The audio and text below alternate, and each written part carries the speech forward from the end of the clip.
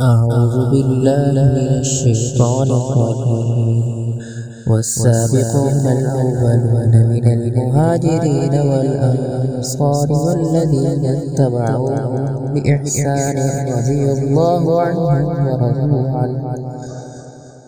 ورضوا عنه وأعد لهم جنات تجري تحتها الأنهار خالدين فيها أبدا ذلك الفوز العظيم.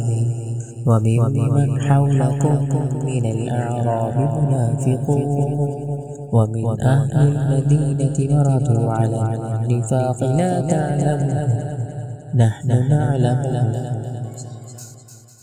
سنعذبهم مرتين ثم يردون إلى عذاب عظيم وآخرون اعترفوا بذنوبهم خلطوا عملا صالحا وآخر سيئا عسى الله أن يتوب عليهم إن الله غفور رحيم.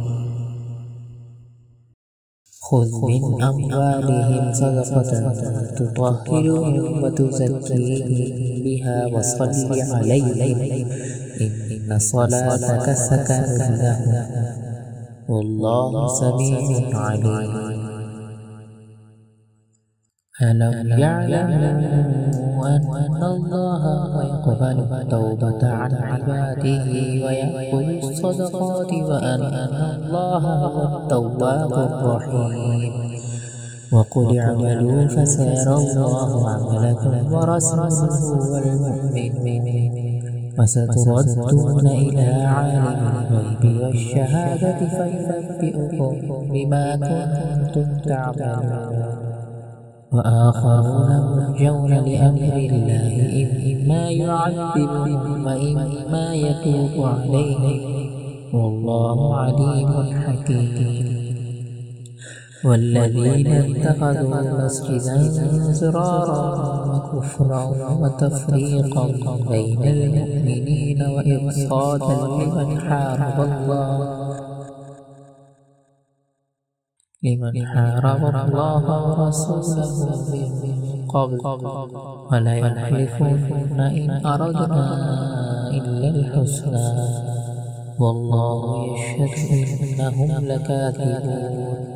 لا تقم فيه أبدا لمسجد أسس على التقوى من أول يوم أحق أن تقوم فيه رجال يحبون أن يتطهروا والله يحب المطهرين.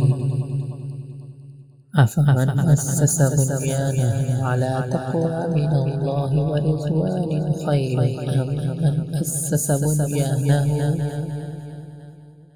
أم من أسس بنيانه على شفا جرف هار فانهار به في نار جهنم والله لا يهدي القوم الظالمين.